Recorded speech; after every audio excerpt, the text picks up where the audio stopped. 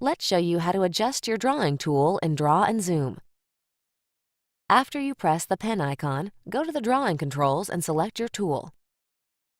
There are a number of different tools you can use to draw with, which you can choose by clicking the menu here, or use the number keys on your keyboard.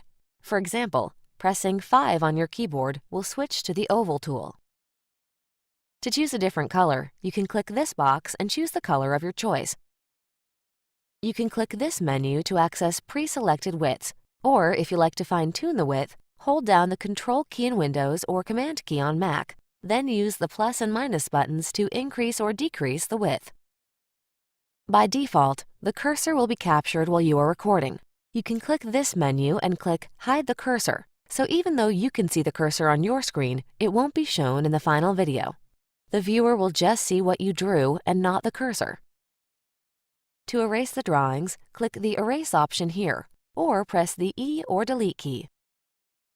Clicking on the question mark gives you access to our mouse actions and keyboard shortcuts so you can easily use the Draw and Zoom tool.